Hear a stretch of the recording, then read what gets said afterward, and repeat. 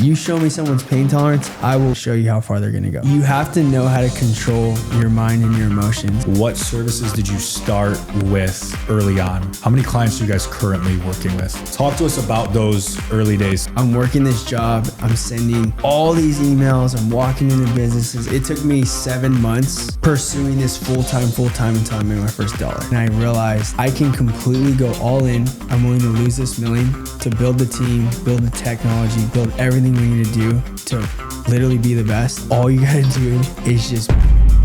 What's up, everybody? We're back with another episode of Link Live, episode 16 today, and we're finishing off the Miami series, episode 3 of 3, and we're welcomed today by Stevie Johnston, founder and CEO of Digital Ox. He scaled his business from 0 all the way up to 8 figures in total revenue. He's doing about $5 to $6 million a year. From bussing tables at restaurants to living probably one of the most elite lifestyles in a city like Miami, Stevie covers everything in between. So let's hop right into the episode. Link Live, Stevie Johnston, let's get into it. We're back with another episode of Link Live. We're keeping the Miami tour going. We are here with Stevie Johnston, founder and CEO of Digital Ox. I'm selfishly super excited for this conversation, being someone who's at the top of the game within marketing and advertising. So very happy to have you here. We want to start off kind of like how we always do and dig a little bit deeper. Start with your upbringing, background, family life, childhood, anything like that. Do you feel like is a necessary part as a part of your journey and kind of what's got you to this point today? So let's start there. Just like, what were some of those early influences? Tell us a little bit about your background, where you're from, so on and so forth. Yeah, let's do it. So I was actually, I was recently thinking about this. I was like, because I was back home for Thanksgiving. Yeah. And so I probably I'm from San Diego, so context. Born and raised South San Diego. It's called Chula Vista. So I don't know if most people heard of it, but essentially went back there and realized, damn, like I think what happened was I was raised by entrepreneurs. So my dad was a scrappy entrepreneur, and my mom kind of like followed suit, so they were in the real estate space. They started as real estate agents, were successful, hardworking, grinding real estate agents, and then they started their own real estate firm. So subconsciously, I probably saw this starting around the age of like 10, 12, right? Never home. We were raised by a nanny who lived in Tijuana, who they would pay $200 a week, who basically, cooked for us and did stuff because they were working. But essentially my parents were so busy that I had a lot of freedom. So by the time I was 11, I was hooked into skateboarding. So I was like, I thought I was going to go pro. But skateboarding comes with, we're taking the bus all around the city. We're skating spots. I'm spending at friends' houses. I'm pretty much not coming home for like 2-3 days. And I think I experienced such an insane amount of like creativity and freedom as a kid that by the time it came to like the real world, as in like, you got to get a job, I just was unemployable, unfortunately. Sure. I was working in the restaurant industry, and after about a year, I was like, holy fuck, like I don't think I can do this. But at the time, I also had no skills. So I was terrible at school, 2.0 student. I mean, everyone but realistically, if you took my scorecards and grades from first grade all the way to college, I'm a 2.0 student. And so I'm working in this restaurant, and I realized this is gonna be tough because I'm unemployable, but 2, I also have no skills. And so the funny thing ever is I in college was fortunate enough to have a roommate who was a professional rugby player. I played rugby in college, and he started an apparel company, and he was doing like $20,000 a month in college from Shopify sales. Nice. And our whole living room was filled with boxes, and this kid would literally drive to FedEx every day, like 5 times a day, dropping off all these orders. And that's when I first got opened up to Facebook marketing, content, socials, because I would model for the clothing. Okay. And there would be these guys in our living room running Facebook ads. And this is like in 2015, where I was like, hold on, you guys are like, how'd they let you behind Facebook? Like, how are you even doing that? I was so ignorant at the time, but I was exposed to it. And then it's funny, like 2-3 years later, I get hit with the Tai Lopez ad while I'm working that restaurant job, literally desperate for anything I can just pour myself into, because I know the runway of me working this job is going to get shaky. Like, right. But kind of tie it all together. Me growing up, when I was reflecting back home, I was like, I had so much freedom and creativity. And I think it kind of forced me to be an entrepreneur, because it was hard for me to be confined to a job and not have freedom. Sure. And be told to be here at 6 a.m. and then you leave at 4 and then do this, be that, you can only do this. And I was like, holy shit, this is not it. Yeah.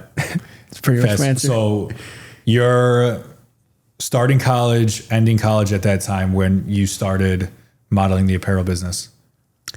Modeling the apparel business was like junior year of college. Okay. Where did you go to school? It was Arizona State. Okay. Yeah. Fun school, obviously. Yeah. Well, that's the only school I could get into. The only reason why I went there is literally that's the only school I could get into. Sure. Straight up. I don't even Makes sense. What did you major in there? I chose business economics. Okay. Yeah. Safe route. Can't hurt. Yeah, it was like safe, hard, and like, let me see if I can do it. And yeah. Yeah. Fast forward a little bit of time. Did you get like a traditional 9-to-5 out of school at all? No, I literally, I didn't have any, no one would hire me. I had no, like, I graduated with a 2.0 from Arizona State. I was cooked. You know, I was working in a health food restaurant, which was super popular in Scottsdale. Like it was the spot. So I got in there early, and that was it. You know, that's all I had. Love it. Fast forward a little bit. Did you have a specific inflection point? Did you live in Scottsdale post-grad a little bit and then eventually move around? Talk to us a little bit about that period of time. Yeah. So post-grad, while I was working there during college and then post-grad, I continued to work there. And basically got to the point where I probably lasted another 1.5 years. And that's when I started the agency. Okay. And I was someone who quit the job too early when I had like one client, thinking that like I was just going to start killing it. And obviously the agency is way harder than what people think. Business in general is like 10 to 100 times harder than what you expect it to be, right? Because you don't understand like the reality of it. And so quit that job prematurely. Then I work for this Italian spot, which was literally like 5 doors down from the other spot I was working at. And I kind of just got to the point where I was like, I believe in this. I need to go all in. So my mom let me move back home in San Diego. Okay. Rent free. So I moved back home, and that was interesting. So moved back home, get a job at another like fish shop, California fish shop like type restaurant. And that's where I was able to work there, but not pay rent, and just literally just immerse myself in just grind in the agency. Yeah. About how old were you at this time? I was probably 23, 24. Cool. Yeah. Not to rewind a little bit, but what got you into the agency space? Was it the Tai Lopez ad a little bit, or like were the indicators there that kind of got you involved in that? So I think, I think why the Tai Lopez ad and like, hey, start a marketing agency and get local businesses to pay you money clicked so much for me was because I already saw what Facebook ads did for my buddy's apparel company. Right. Right. So like I was probably naturally already aligned with marketing, paid marketing, Facebook ads, Google ads in that market. So I think that's what happened. Okay. Fast forward then a little bit. You started the agency. You moved back to San Diego. I like to hone in on this specific time period for a lot of the people that I talk to on this show because everything is so over glamorized on social media, as you know. Yeah. And a lot of the people that made it or that are big on social media that are, you know, well-renowned entrepreneurs, they're showing you after the acquisition, after they made the first million, after they scaled, right? But not enough people are talking about the 0 to 1 million or not even, right? The earlier challenging days. You mentioned entrepreneurship is 10 to 100 times harder than people really let on and understand. Talk to us about those early days, some of the trials, tribulations, maybe some of those moments where you're scratching your head like, what the fuck am I doing here? Like, what did that really look like? Yeah. So, I mean, the first realities, it took me 7 months of like pursuing this full-time until I made my first dollar. Right. So for some of you guys, you'll probably make it a lot quicker. You realize like I was zero skills, zero experience, zero anything. So it took me 7 months to make my first dollar, which was brutal, like brutal. I'm working this job. I'm sending all these emails. I'm walking into businesses. Everyone's just like, bro, no, like, who's this kid? Yeah. Like, who's this kid? Or just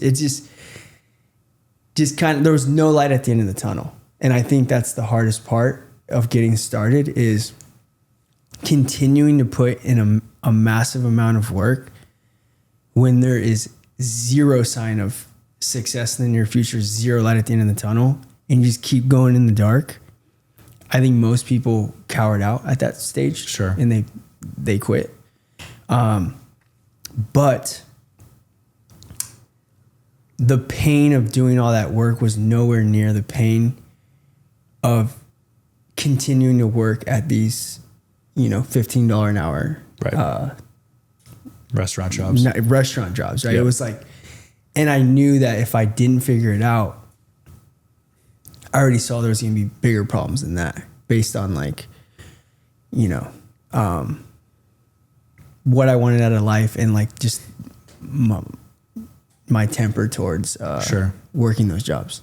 What was that deciding factor when you were like, I'm going to become an entrepreneur? There's kind of no plan B here. Was there something specific that sparked in you? Because you probably could have tried harder and got some level of a 9-to-5 and corporate stability, I'm sure, if you wanted to, right?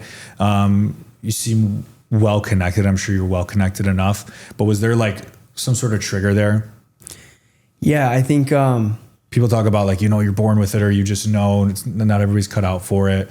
No, I think the real trigger was I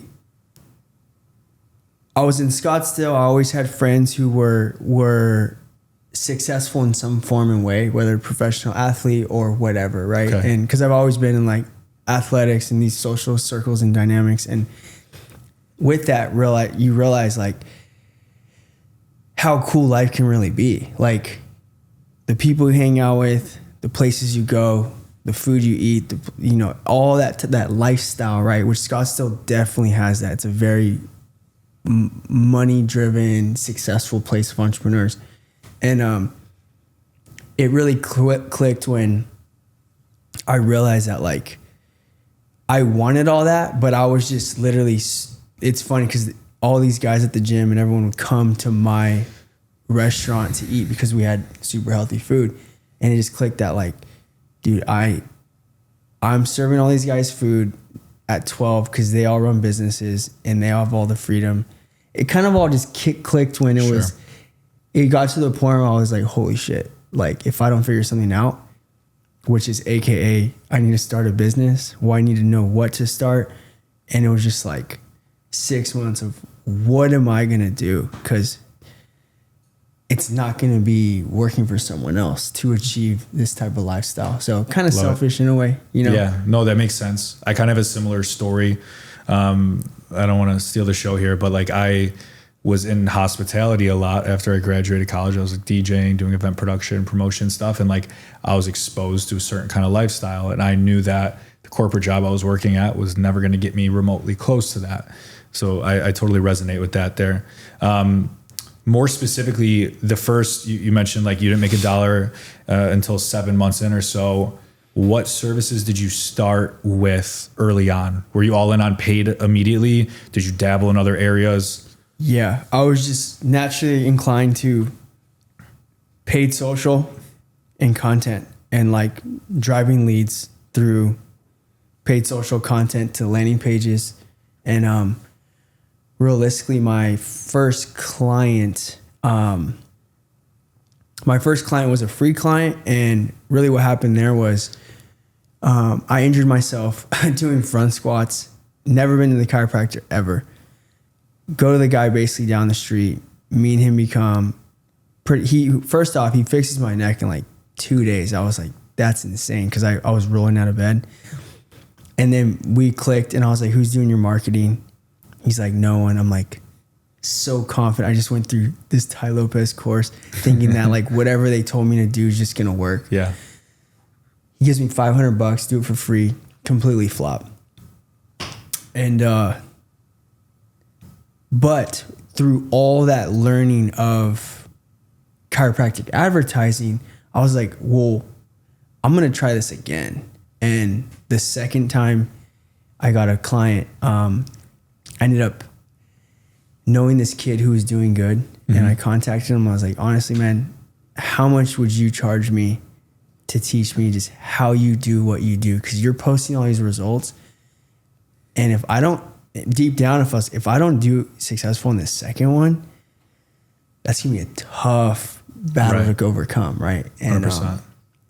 Low key, it worked. Shout out to Tanner. I've never seen that kid ever again in my life. I don't even know what he's doing, but he literally was like $400. I was like, that the first client paid me $750 a month, gave him that $400 and just observed everything. So was he teaching you how to run and operate the ad managers? Yeah, he was like, dude, this is the creative, this is the copy, these are the headlines, this is what you're gonna want to split test, this is the landing page, this is the questionnaire, this is the SMS, the email, this is how you follow up. Like the whole just local business, local lead gen, specifically in that space. Yeah. Turned it on, freaking just went off. And I was like, holy shit. Love it. Yeah. So yeah, you're touching on something that's super specific because especially when I got into marketing too, there's a lot of the crowd that's like, you need to niche down, and you even kind of mentioned this already to me. You niche down to one or two services. You niche down to one or two industries. You need to be the best there rather than trying to be the best at everything. How prevalent was that to you early on? Was that something that you stumbled in and kind of realized later on? Obviously, Digital Ox now has a very prevalent stamp in health and wellness, medical, dental, chiropractic based businesses, right? Yeah. Honestly, me niching down, when I really think about it, really just came down to the fact that like I was not that sophisticated. So I was naturally like not trying to go complex because all this was so new that I was like, dude, I'm just going to stay here. You felt confident there. I just want to stay here because if I now go to real estate or all these other businesses, I'm going to have to learn all those complexities. And so I was just naturally inclined to just realize like, I'm going to stay here and just see how far I can go here. 100%. Yeah. So you get a little bit of coaching and education from your friend that taught you how to learn the ad managers a little bit. You then roll into that second client, I'm assuming, and you're able to have a little bit of success. Talk about maybe the first moments of success a little bit where you were getting the results that made you feel confident to go after the next one. Yeah. So, I mean, literally instantly we start generating a lot of leads and those leads start coming to this clinic. Now this clinic was in Scottsdale, literally right down the street from my house. So I'm literally going to this guy's office, taking all the photos with my camera. Like, this is definitely not scalable. But my first client I was in there, content, this, and this. And he's like, dude, this shit's working. And this is about month what? How many months in? This is at that 7-month mark. Okay. So I made 700. He literally wrote me a check too, because I had no payment processing. I was so ignorant that I didn't even have payment processing, Stripe, or anything. This is back in 2017. Okay. I'm like, dude, how do you pay me? A check? He's like, how do you want me to pay you? I'm like, freaking check? Like, that's how stupid I was. Come a long way. And but yeah, right when it went off, and he was stoked, and I got really lucky. He was a part of this CRM company that really focused on physical therapists and chiropractors, and they just got through. By the time he got to me, he went through 2 to 3 failed agencies that this CRM company referred, all super garbage results. And so when we went live and we got results, he put me in contact with the owners of the CRM company, who are also in Scottsdale. And that's where I got my big break, because we ended up going to breakfast, and it's funny, they're like 2 55-year-old dudes. I'm like 2 weeks into generating results that I'm going to just act as if I've been doing this. Like, I am that guy. So I play that card, and they're like, perfect, we're gonna give you 10 clients.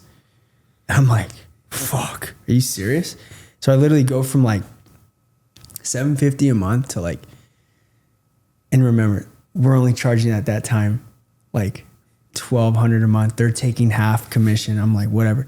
But I go from like $750 a month to like $4K a month, while getting all this extra experience just handed my way to just deploy all these things that I'm like learning. And we end up taking that relationship together to like 15, 20K a month, for years. And then that allowed me to just build so much confidence in knowing that I could scale further. And then I learned about more services that I could advertise, more businesses, that I just sent it on my own. But I had them as they were like a master case study for you. Yeah. And they were like here's clients without you having to knock doors and send cold emails. Right. I still continue to do that because I always felt like, well, if this leaves, I still want to do this. So it was like both at the same time, but definitely a lucky did that scare you at all? Because like it was kind of like all your eggs were in one basket, where if that relationship then something went south, then it was almost going to deplete all your revenue at the time. Yeah, especially as I got more confident and I realized the reason why I got into this was ultimate freedom and no one telling me what to do. And so obviously when you have a partnership like that and they're kind of semi in control, even though we're splitting the revenue. How big of a company were they at the time? Were they like pretty well known, or just, they were niche to that industry? They were niche, but they probably had like 200 clients. Wow. You know, unreal. They're a cool entrepreneurial family who, like it was great. Great experience. Love that. So I'm sure you then leverage that relationship. You start to segue into more and more clients. Mm-hmm. Talk to us about that threshold between maybe, I don't know, 15K a month. And then once you start to really sort of scale up a little bit. Yeah. So essentially, and just to put in perspective right now, to give context, how many clients are you guys currently working with? Right now. And I know the numbers don't always mean everything, because you could have 10 clients paying you 10 to 15K a month and you're doing just fine. But yeah, I mean, today we had our monthly review on November. I think we're right around like 103 clients. Wow. Yeah. We used to have more. Is that solely in the US, or are you guys international? Solely US. Wow. So we're really big in the dental surgeon space. So we probably have 70 dental surgeon clinics. And then the other clinics are going to be a mix of like regenerative medicine, chiro PT style clinics, Okay. pain management, things like that. Okay. So talk us through then, I guess, like the quote or the video that stays stuck in my head is like Kevin O'Leary saying like getting from 0 to 1 million is borderline impossible. It feels like you'll never achieve that or get to that milestone. But then once you do, getting from 1 to 5 million is that much easier, and 5 to 10, so on and so forth. Right. And we'll get into the whole personal content and some of the stuff that you preach on social, but I know you've talked about some of those topics, and I want to hear about that experience from you then transitioning with the CRM company to achieving that first 7-figure milestone and there on forward. Yeah. Yeah. So, essentially by the time we're 15, 20K, I kind of had the ego and the confidence that like, look, I'm not trying to split 50-50 revenue. I was getting like, all right, again, it's almost like I have a job, even though they're paying me as like a contractor. So it was like, There's too much of a tie still. it was like great, but then I was like, okay, I'm going to full send on the other side too. Okay. So I'm never reliant on them. And yeah, so we get to the first thing we realize is I niched so down that I scaled like the same type of clinics all the way to 50 grand a month. And that is when life extremely started to change. Cause we were doing 50K a month. And when I say we, I mean me and one of my best friends who I hired, who I've known since 7th grade, meaning like our profit margin was like 45,000 out of 50, for a long time. And how were you able to sustain running that leanly at the time? Was it because you were so niched down, you were doing like one service essentially? no, the main reason was my relationship with money was not good. So the whole time I was thinking, I'm looking at my bank account and I'm just calculating how many months I could live before I get a job again. Mm-hmm. And that mindset lasted for years.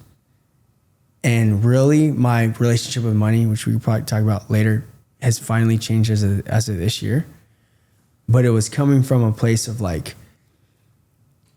I will work 12, 13-hour days, 7 days a week to just stack as much cash as humanly possible to like just feel like I'm getting further and further away from ever walking into those 2 doors again, serving smoothies, juice. Like that's literally, I was terrified. Like I was terrified of doing that. But it was a good thing. And I think my way was probably the best way because one, I learned a ton about marketing. I learned a ton about sales. I learned a ton about account management. Every single role in the agency, even right now, I could hop in on a drop of a dime. Right. I could take calls, calling leads. I could go into the ads manager, anything about creative, landing pages, forms, account management calls, data. Like you tell me, I'm there. I'm not ignorant to anything. And that's because early on, I did everything and just was like hoarding the money. It wasn't even about like, I want to learn all these skills. It was like, let me hoard this money. But through that, I learned all the skills. Right.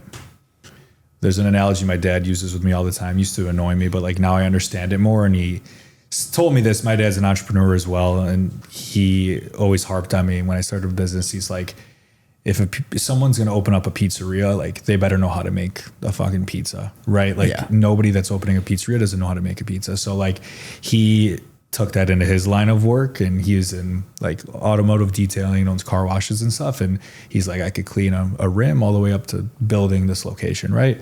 And I think that aligns pretty much with what you were just saying is you were essentially doing everything, and that makes sense. What were some of the roadblocks then once you got to the 50K mark? Yeah. You're running extremely lean. Yeah. So running extremely lean, the first roadblock was churn. So that's when churn started to take a hit. And at this point, do you have like some pretty serious contracts in place?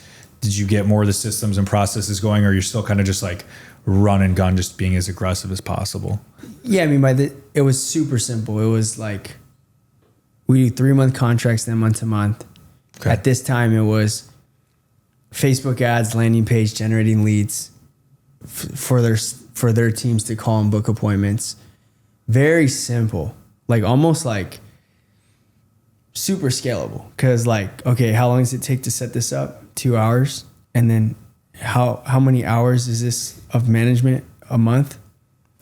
Maybe 2. Like, because it was that time where Facebook ads was different too. Yeah. Like we found what creatives just dominate. We found the whole formula, and it just rode. It was like this wave we rode for a long time. Okay. And obviously things change, right? Everything's going to eventually change. And that's when like at 50K, things started to change. There's always whatever updates, et cetera, et cetera. But churn was the first big thorn in our side, right? So at 50K, we'd bring on 5 clients a month and we'd lose 5 clients. And like 3-4 months of that was like an insane amount of like anxiety. One was I felt terrible not providing the results. So it was almost like something very personal that I took. Sure. The second one was at that time you expect the worst. Like, fuck, what if everything if everything goes bad? So the more we looked at it, we ended up realizing that the reason why we're losing clients is because their staff is really just not calling these leads or is really bad on the phones. And that's what happened. And the way we figured it out was, because in this case, to explain this to the people that may not understand, your main priority and your sole job at the end of the day was to place the leads at these businesses. You were not closing them. You guys are not the salesmen. Yeah. Right? We're sending them name, email, phone numbers for them to call and get these people. So essentially like your success is in the hands of somebody else. Correct. Yeah. Correct. Totally understand. And at scale, you're going to come across more of those clients who don't have good leadership, good employees saying, hey, like, let's call these leads. Let's follow Digital Ox protocol. There's going to be more of that. And it finally took for one client who was like semi like good client who wanted to cancel. And I told Anthony, who's our head of customer success right now, and I was like, dude, let's call these leads and see what happens. And they got like 3 appointments in the door, like the month they wanted to cancel. We literally get 14 people in the door in like 3 weeks. And that's when the light bulb went off. It was like, we need to figure out how to do all the marketing and do all the appointment setting and call all these leads for all of our clients, because this is what's happening. Right. And that's when we ascended into the $1 million a year club about 5 months later. Wow. And I'm sure it wasn't even a matter of like, because I was going to ask, like, what do you think you guys were doing differently that the businesses weren't? Your answer may be like, the business just weren't, right? The people that were working there were just not following through at all. Mm-hmm. And obviously there's nobody that cares more than you guys, right? Because it's you guys then on the hot seat if you lose them. So yeah, you had all the upside and all the incentive to want to finish the cycle. Yeah. I mean, I didn't want the party to end. And, right. And the worst part is when you're getting your ass kicked and you have no idea what the problem is. Like, that's the worst part of entrepreneurship, is you're suffering and you don't know why. It's much better to suffer, but you know why. Right. And then you aggressively just destroy whatever that is as fast as you possibly can. And that's I went through months of suffering, not knowing why. Very brutal time. And it's funny because at the time, me and my buddy are living in this penthouse in San Diego, making the money, but knowing like we're at a tough time. Right. And then finally, that click. It just like, let's just really investigate all the way to the point where we're going to do all this extra work that we're not getting paid for to see if this is the problem. And then boom, it was the problem. Wow. How many months or years are you in at this point once you hit the 7-figure club? So the first year I did 20,000. The second year I did 169,000. The third year I did 575,000. Year 4 I did 1.2. Wow. What were the main things you would accredit that growth to in between 3 and 4, aside from what you just mentioned? Or was it all that? It was 100% all that, because we were the first ones to literally come to the market with a solution saying, don't just sit back, relax. We're going to do all the marketing and all the lead handling. All you got to do is look at your calendar. And so the moment we hired our first rep and then she was successful, and then we hired a second rep and then it was duplicatable, we started running ads and we just fucking took off. Wow. Because that message in the market was never heard before. Up until that point, were you guys scaling more so off of referrals, or were you doing like a cold outreach strategy? Yeah. Cold email, little referrals. And then once this new digital ops was formed, which was called performance marketing and call center, which is what we are today. Okay. That's what we are today. Yeah. Like, that's what is needed in all these across the whole United States. That is the problem. All these local businesses are so bad at taking leads and having a very sophisticated caller take that lead into an appointment that shows up. It's catastrophic. And so we figure it out. We find some sort of scalability, meaning we know how to hire. We're hiring these people off Indeed. This is when I actually had an office too, in-person office. And these were local individuals? All local. Nice. Right. This is pre-COVID, to where in that penthouse in San Diego, the downstairs, we literally had a desk. Imagine like in here, just, it's a little bit bigger than this, but desk, whiteboards, all the clients' names, how many leads they have, how many appointments, like it was an internal like office. And we started running ads, and this is how crazy it was. We were this message was never heard. We literally spent $2,000 in ads and closed like 150,000 in collection. I don't even know what that row is. It's ridiculous. Now that does include the 3-month contracts, but still, like, it was like printing cash, because everyone knew it was the biggest pain point. Everyone hated it. All these doctors was like hated that part of the whole process.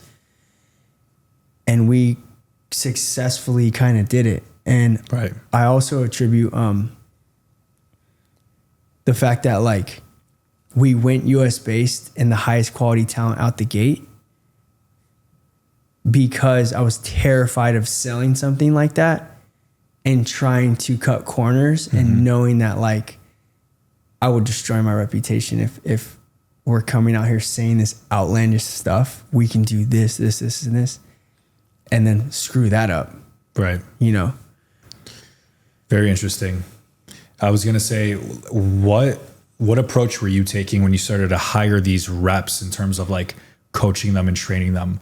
How were you able to like provide value to them and essentially like stamp that they were going to be successful as closers, right? Mm-hmm. So first we did it, right? Going back to, we were the type of people where it's like, I'm going to learn everything, because so we learned it. We built the scripts, and the training at the time was pretty simple. It's like, hey, look, here's recorded calls of success. Here's the script. I could literally show you right now. Like, Like it was like that. Like, let me just show you that I'm just using this, and that's it. And you're just gonna practice this shit every day. And probably starting tomorrow, you're just gonna start taking calls. And I actually have a video of it. The first employee who made the first appointment, we recorded the whole thing. Yeah. And everyone was just like, holy fuck, like, that's awesome. let's see what happens here. Yeah. Love that. So you guys obviously you find what's working, you continue to scale that up. What's next? How do you guys continue to repeat that? How do things start to mature then into the next phase? So really, the really only thing from there was like, we just need to hire way more people, because you got to think about it. We had the script, we had this simple training process. We put $2,000 in the ads manager, pulled out like 30 clients. If you really do the math on that, who the hell is going to service all these clients? Like, we had to turn off the ads because we have freaking 2 reps. Yeah. And we're cooked. So then it was like, holy cow, how are we going to hire? So we ended up hiring more friends from high school. Literally like more friends from high school. And I was just at dinner with like most of them. We're using Indeed. We're just doing anything desperately to get someone who was just going to be with it, who had that work ethic. And we get to a point where we outgrow the downtown San Diego penthouse apartment we had. And I get an apartment in Mission Valley, San Diego, which we had a whole down floor where we could fit like 13 desks, 14 desks. And we just literally get to the point where we have like 8 people then. And that allowed us to easily now go into like the definitely 7-figure upper range. Okay.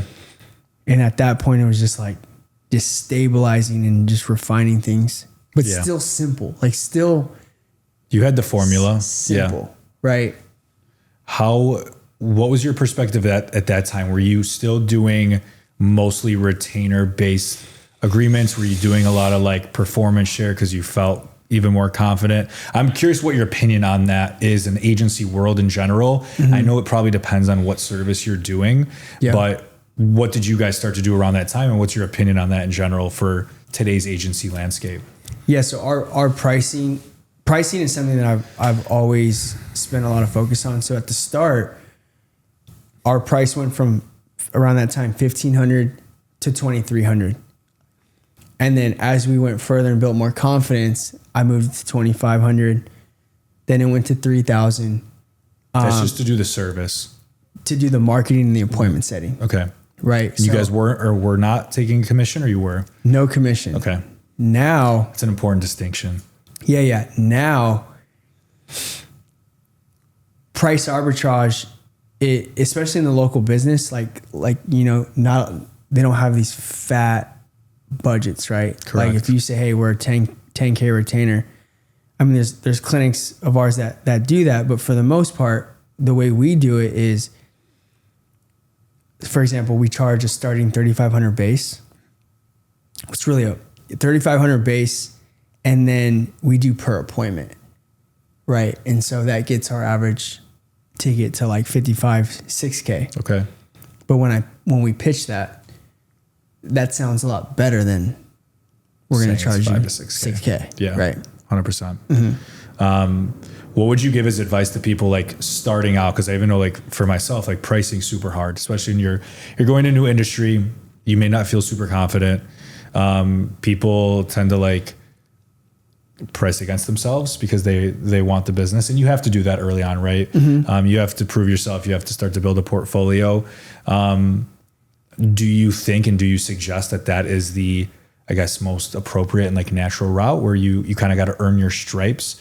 Or do you think there's ways around that for aspiring individuals? Honestly, like pricing all comes down to experience and confidence. Now, some people might start and have this unicorn mindset and this capability of just charging more out the gate. Kudos to you. For me, I had to like month by month, client by client, subconsciously tell myself that we could increase the price. Right.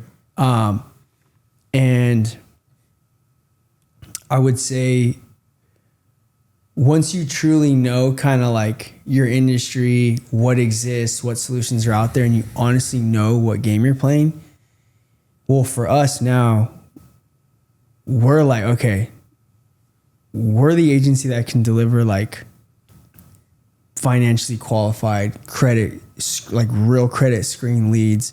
We have the team capable of doing that. I know no one can do that.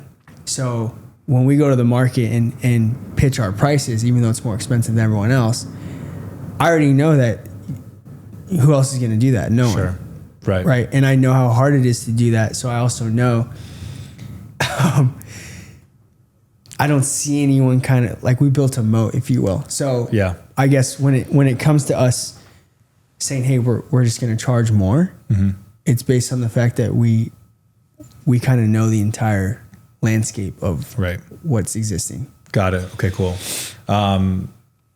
With that as well, what were the conversations around ad spend with some of these clients, right? Some local based businesses, they're scared of the retainer in general. And then there's the ad spend aspect to it as well. Were you guys giving like either requirements or recommendations to certain businesses that I'm sure you would audit and do research on and say like, you really need to invest X or else you're not going to get the results? My follow up to that and why I ask is I think so many individuals or new and young entrepreneurs, they struggle with managing expectations, especially within the agency world, because you want to, you obviously want the client to have confidence and faith that you could do what you're promising. But in this case, right, and why I love media buying and paid media as a service is because I think it's really black and white. You can't really like hide from it. It's either like kind of know what you're doing or you don't. But sorry, I know I just threw a double-ended question at you, but what were the requirements or like limitations around what you wanted these clients to spend, or how did you determine that? And then how are you managing expectations? Yeah. So again, it comes to when you fully understand the industry through experience and repetitions. So like at the start, we would do a 1,500 ad spend, right? 1,500 is going to get us the amount of leads and we're good. And we knew like, okay, if we charge 1,500 ad spend, 3K, it's digestible, right? And even to this day, if we're talking like the Cairo PT space, really most of those clients of ours the average only spends $2,500 a month. So it's not like it dramatically increased. That market is typically businesses that do $500K to $1 million a year. Like these are small little businesses. And so you're going to have the ones that like are outliers who are more business savvy and are more, confident in scalability, which they're going to try really only spend $5,000 to $7,000 to $8,000. But you kind of understand what game you're playing in those markets. Now in the dental space, it's completely different. Like, and it's not even that crazy, but those clients are more spending minimum $7,000, $8,000, $15,000, $20,000 max. Okay. Still small business, still not that much, but their revenues are usually 3, 4, 5 mil, 6 mil, multiple locations, more sophisticated, higher price points. So it kind of just level. It all comes down to like the math. 100%. Really. Yeah. That makes sense. Were there any hot markets that you noticed, right? Because you guys are now placed. How big is the organization in terms of your team now? Right now, I would probably say probably 30. Cool. Yeah. Any markets that have traditionally done better for you guys than others where you're like we kill it in this city? Cities? Yeah. Obviously, it all depends on like the services. So I'll tell you industries that I know are difficult. Like New York City is a pain in the. I don't care what you're doing. You need big budgets, and the business needs to be super sophisticated because every step of that funnel, all the way to them closing, every person needs to be sharp because you have crazy competition and there's a lot of money there. Miami's really difficult because one, you have super low bidders, people racing to the bottom, you know, which is tough. And then two, overall Miami's a very like no show, doesn't keep the commitments type environment. And if you're a business owner here, you just got to know that. Yeah. You got to factor that into your numbers. So Miami's tough in terms of like, damn, like half these people are showing up even though they already paid. Right. That's crazy, right? That Like makes they already sense. paid and they didn't even show up. Nuts. It's definitely consumer dependent. Yeah. Okay, once you started to scale, you got the bigger office in San Diego. That next phase, and you started to kind of stack into the multi-7-figure range. What's the gap of time from that, and then you making the transition over to Miami? Because I want to talk a little bit about your time here so far, or Fort Lauderdale before Miami, So, and why the move, right? okay, so like 2019, we're running a legit call center out of the office in Mission Valley. Really, we're just scaling. Like we're just continuing to realize we can get clients on demand. How are we going to actually service that through hiring people who can actually do the job? And then boom, we're at lunch and the news comes, you know, it's the whole COVID thing. Literally 48 hours later, we're just like, what the hell is going on here? Like, and everything shuts down. So at that time, since we were brick and mortar and all our clients are healthcare, like everything shuts down. So it's kind of like that moment where no one knew what was going to happen. I'm sure you remember that. Like gyms were closed, the beach was, everything was closed. Like the whole world shut down. And we actually started traveling Airbnbs in the mountains. So we got a bunch of sick cabins. We're doing these crazy hikes. And it was kind of like that time where like, we don't really know what to work on because everything's paused. What were clients doing at this time? Were they like trying to immediately cancel and cut everything? So Were they like, just like we'll 10% were like, well, everyone paused to start. Like, let's pause and we have no idea what's going on. How many clients were you guys around at this time, 2019? when Probably COVID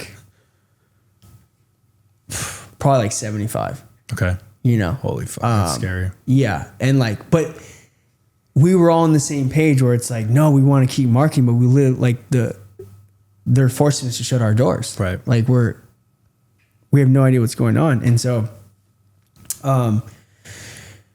start traveling, doing all this stuff, honestly, it was like 2020 was an insanely cool year because it was a time to kind of just hang out with all the friends who helped me build the business, and we're just letting loose. And then I come back to San Diego and it's just getting crazier and crazier. And so me and my buddy were like, let's go to Florida.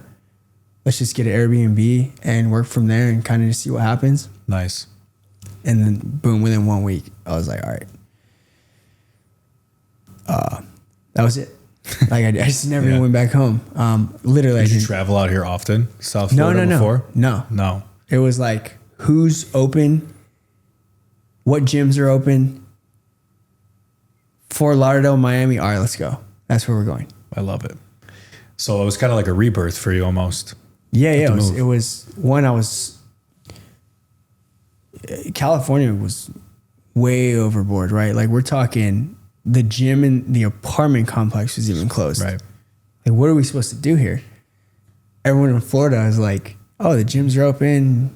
We're just living our life. I'm like, boop, let's go. So you started to dial in, I'm assuming, some clients in the South Florida area. We have a lot of clients in Florida. Even before that. Although the business was in San Diego, our clients were all over the United States. Got it. Okay. So you get here. What changes as things start to like more so nationally open up? COVID starts to fade, I guess, over the next year or two, 2021, 2022. Do you guys continue to rinse and repeat this formula and kind of get back into action? Is there any like other big inflection points or breaks where you're like, Well, we just doubled again. We got lucky because we got lucky again. So one, we got that cool 30-day break, and then boom, the government or whatever deems all these clinics essential. Mm-hmm. So then boom, all these businesses are like terrified of their business too. Open the doors, pump the marketing, let's go. And marketing to consumers during COVID was literally the biggest, easiest cheat code ever, because you have all these people who have nothing to do, who have now all the time to fix all these things and what they want while they're getting stimulus checks. And like the money back then was almost like fake money. It was a weird time. A lot of people got rich during COVID. Right. A lot of people. We were kind of one of them. Like, yeah. And just continued the party and just scaled into like, went from like 1.4 to 2.8, literally doubled. Wow. After that sick month break of just partying and then boom, doubled again. And then, yeah, essentially, I mean, the last 4 years we've been doing between 5 and 6 mil.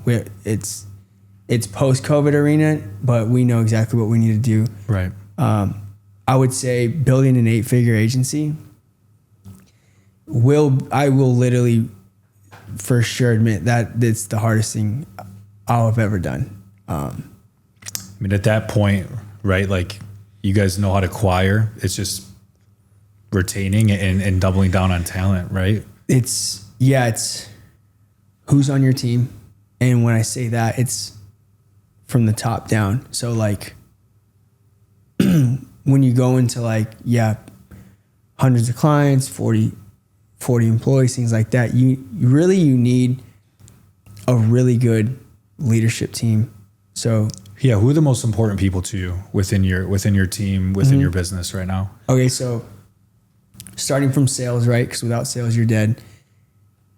We have an insanely talented account executive. Most people call him closer. Insanely good. We have a really good marketing team who handles all of our marketing. So that's the blood. Like they just pouring cash. And then from the fulfillment side, which is ultimately like how you're going to get to 8 figures, is you do need a really solid product. We have a head of marketing, we have a head of call center, and then a head of customer success. So in the agency space, customer success account managers are the strategists. They communicate with the clients. They're the ones on Zoom breaking shit down. Head of marketing is doing all the marketing for the clients, and all those leads are funneling to the call center. So those 3 departments together formulate an amazing product and drive revenue for our clients. So I would say the sales end, you got to have a great closer, head of marketing, head of customer success, and head of call center, given that each of those departments have multiple employees. Right. Love that. So you make the move down to Miami as well. Want to talk about some of your habits outside of work, right? Like I know you're big on social, and let's talk about that too. Like how is the personal brand impacted what you're doing, either just personally or professionally? Like when did you kind of notice that this was something that you wanted to do in terms of just like more so sharing your perspective online? That's how we got connected, and I kind of came across what you were doing. But was that like a conscious decision? Was that something that was just kind of like a natural progression at this point? I think so. With the content, one, I kind of I felt like I had something to say.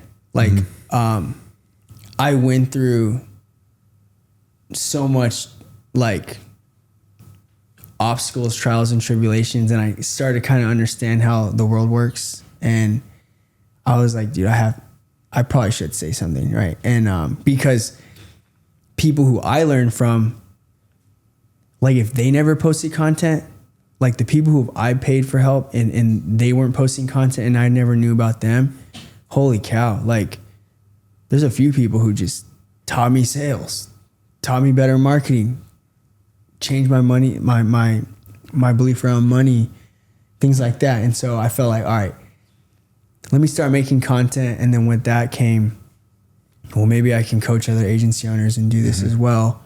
So then we really started to pump the content. Now my content game is just, I'm going to talk about whatever the hell I want to talk about. Yeah. Just pull out my phone, and just do that. Like that's the best stuff. Just do that. But yeah, man, it's kind of like I'm at a point where the number one objective is scaling Digital Ox. And if I have something to share along the way, I'm going to share it. Right now, I don't have a videographer. I don't have all that stuff. I used to. Shout out to Kaylin. Kaylin was my videographer, helped me with all the YouTube, all that stuff when we were promoting coaching and stuff. Now she's an account manager in Digital Ox. Nice. And is crushing it. And so it's kind of where we're at right now. Love it. You mentioned that you had like a shift around your belief with money and stuff like that. You're obviously in a position right now to have a pretty insane and fruitful lifestyle from what it seems like, right? I'm sure that's shaped how you think about certain things and decisions. Talk to me a little bit about what you mean by that. And like, was there maybe a point where you just had like a realization or? Yeah. So, I mean, with the target being pretty much building an 8-figure agency, $1 million a month, I would talk about it a lot. And then it finally kind of hit that like, it's a completely different business than running a $500K a month, $400K a month. It's a huge shift. And with that shift is you need about 4 to 5 people who are really good, potentially better than you. And that means they're probably going to cost $150 to $250 a year. Right. So no more like, let me just try to do all this, or let me try to hire Timmy and pour into him and try to get him. No. Like, we're hiring people from companies who already train these people, who've already been in these scenarios, using headhunters. And I almost realized, like, let me sacrifice profit, build the best possible team I could possibly build, so that one, we actually have the potential to go to where we want to go. And then I'm also going to get the freedom I want to get. Like, nothing is worse than, I mean, it gets like making money, but simultaneously running a daycare is what I call it. Meaning like just a bunch of low level employees is not fun. Cause really once you have money, at the end of the day, you want freedom, right? Like, you can make all this money, but if you can't have freedom and you constantly have all these fires and you're working with a bunch of idiots, dude, that gets old. Yeah. It gets old. And so, the realization came when I had a specific figure in my liquid assets bank account. And then I had essentially $1 million in the Digital Ox bank account. And I realized, okay, I can completely go all in. I'm willing to lose this $1 million to build the team, build the technology, build everything we need to do to literally be the best and go to that $1 million mark. And if I fail, I literally wouldn't have to work for 15 years, living my same lifestyle. Right. And once that clicked, it's kind of still stemming from my younger days of like, how long do I have? Which is weird, right? But it finally clicked. I was like, dude, 15 years. And if I literally, everything went south and I blew this whole thing, I'm still good. And once that finally just resonated, and I told my mom, and I kind of ran them through, and they're like, dude. And I always expect the worst. But the funny thing is that $1 million is still in that bank account. And we've invested $700,000 in our new tech stack this year. Wow. Like, that moment was like, fucking do what you need to do. Invest in the people, invest in the technology. Everyone thinks that this formula is going to set us in a whole new stratosphere amongst getting clients easier. Cause like, who's doing what we're doing? No one. But it was just biting the bullet, headhunters. Wow. 6-figure salaries, $700K in building this race car tech stack between the call center and the marketing team for our clients. And that's where we're at now. We're coming out the other end of big investments. Unbelievable. Right. So that was the season of 2025 then for you guys. That was the season of like, you can't continue to do the same shit and keep saying you're going to hit $1 million a month. And now you're on year. Because think about it. We've done 4 years in a row now, in between 5 and 6. Okay, you're going to keep doing the same shit? No. Like, stop talking about it. And so once I had this money and I realized I could torch this and still be good, probably bad advice for everyone. It's just what happened for me. Yeah. And that's when I was like, let's fucking go. Like, well, it takes a lot to do that and say that, right? Because there's a whole lot of people that would feel real comfortable at that 5 to 6 million a year mark, right? And feel like I don't got to change a thing. When you started to make that level of money, right? I'm sure there's some things that changed within your lifestyle. You don't have to go down the list of all that, but I'm curious, what are some of the maybe personal investments that you made into yourself once you had that enhanced opportunity and lifestyle that you feel like were worth it, or you didn't regret? I mean, all the simple ones were, all the simple ones are like, I have personal trainers, right? I have, it's not an in-person chef, but she makes the exact food from the exact place, drops off twice a week. I have, the house cleaners and the laundry and all that stuff. Even like send me your boy's mobile Cairo. I hate driving in the Cairo. Like that's something that I would invest in because I have to literally, and those offices are only open in office hours. So I'm usually wasting time. It's a pain in the ass. So sure. That's something that, like we're talking about all the things that stack up once you have money is really just, I could literally finish a meeting. Boom. He's in the living room already set up, 15 minutes done. I'm back to whatever I want to do. Like stuff like that. Yeah. Super valuable. Vacations were big, a lot better now. Yeah. You could flex a little bit. You could. I mean, the funniest thing. So when, there was a point where my assistant Kaylin, who's now an account manager, she's like, dude, I think you kind of live a little like humble. It's like, what do you mean? I got an M4, like we eat whatever we want. She's like, still, like it's kind of like you're not. And like literally a week later, we go to the Lamborghini dealership in Broward. I was like, let's just go. And I just want to ask some questions. My first question was like, how much does someone need to make to afford a car like that? That one right there. And the guy was like, $300K a year. I was like, get the fuck out of here. Like, get the fuck out. Like, there's no way. He's like, dude, there's people who come in here with cashier's checks and like to try to fake this lifestyle. He's like, dude, if you got $300K a year, you can do this. I'm like, I would never. What the hell? Like, it's a $3,000 a month, $3,500 payment. Like, it wouldn't make sense. But at that time, I was so far beyond that. And that's literally like within a week, I had a Lamborghini from that conversation of her telling me like, dude, you're like little like too humble with it. Too, not even humble, but like, I don't know. It's weird. Yeah. And then from there, I started to open up a little bit more. Is that's another thing I noticed a little bit. Is it a conscious decision by you guys? I've noticed maybe like you're not the most loud with the Digital Ox brand, right? Like you guys don't really promo that much and like do a ton of like internal brand stuff. Is that by design or is that because like you guys don't really need to?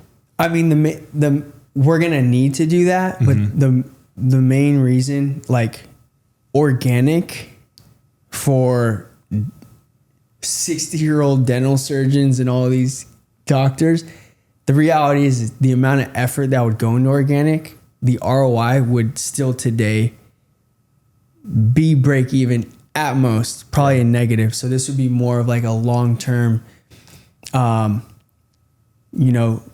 almost like something you would do if you want to get acquired too, right? To have the brand track record. Yeah, just straight just market leader content on all forefront of like that. And I got to change, like that mindset is going to change once we go to the next level. But when you realize if you put whatever 20K in ad spend and for years you're constantly producing 4 to 5 to 1 returns month one,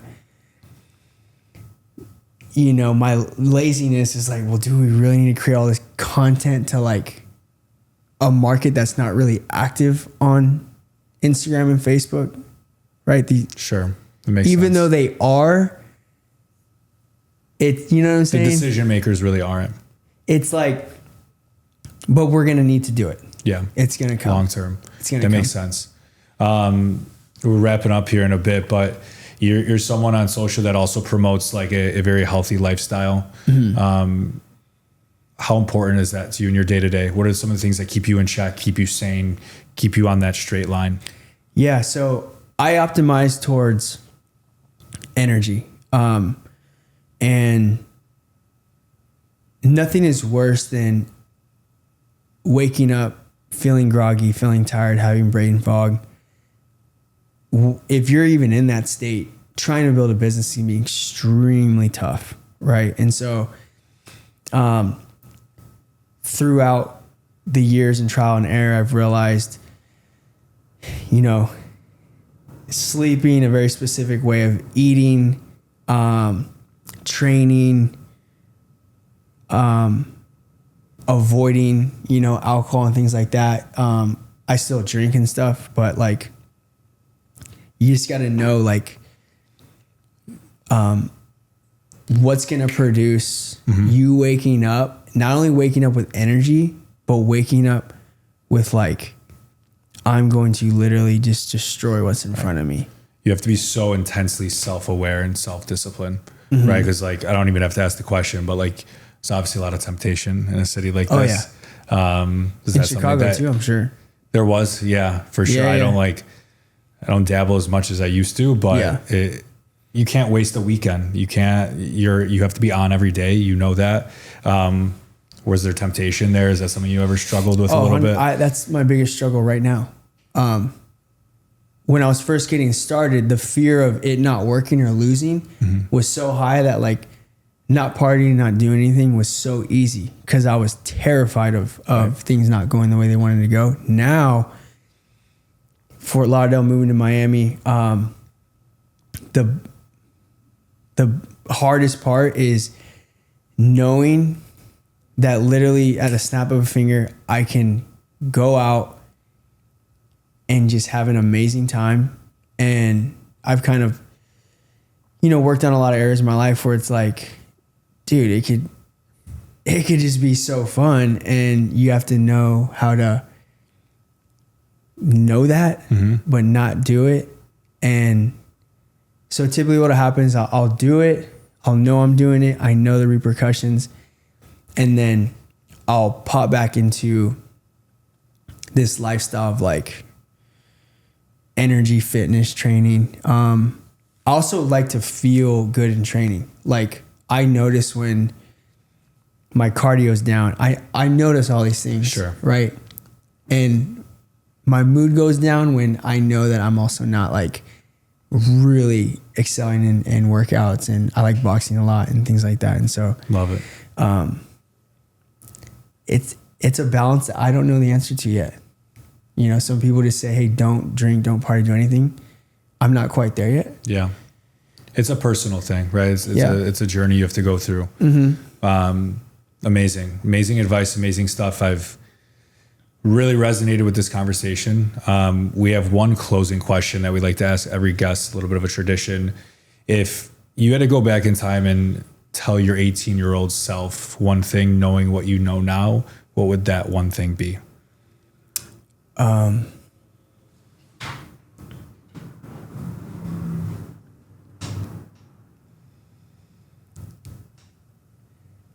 I would say, what would I tell my 18-year-old self?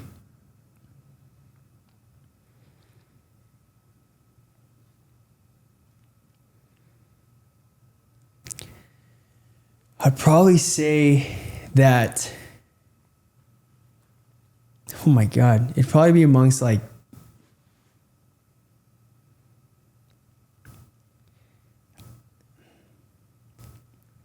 it's kind of like cliche, but like if you,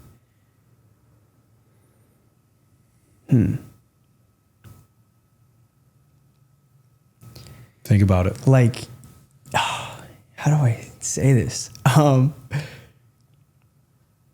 It's going to be something along the lines of like, when you're starting, there's going to be so many things that are going to try to get you in your subconscious, in your mind, to say, hey, let's not do this. Let's stop. And literally probably 99% of people fall and fail to that. And it's going to require every single ounce of you to push past those. And the more you push past them, it's literally just one day you're going to get slightly lucky, and it's going to allow a little shiny light at the end of the tunnel to maybe pop up. Maybe it closes again. But you have to know how to control your mind and your emotions. And there is going to be some insanely painful things coming your way. Insanely painful. And all you got to do is just realize that like this shit will end. Stay focused. Build your pain tolerance. Love it. Pain tolerance is everything, honestly. Like, you show me someone's pain tolerance, I will literally kind of show you how far they're going to go. Yeah. Can't lose if you don't quit. 100%. Amazing. Stevie, tell the cameras where people could follow you. What are your socials? How can they get in touch with you? Instagram, Stevie Johnston _ I think my YouTube's the same. Not too active, but probably have like 20 videos on there. Still some value there. Yeah, for sure. Amazing. Stevie, thank you so much. This was an amazing conversation. Really appreciate Likewise. it. Thanks, awesome. bro. Link Live, it's a wrap.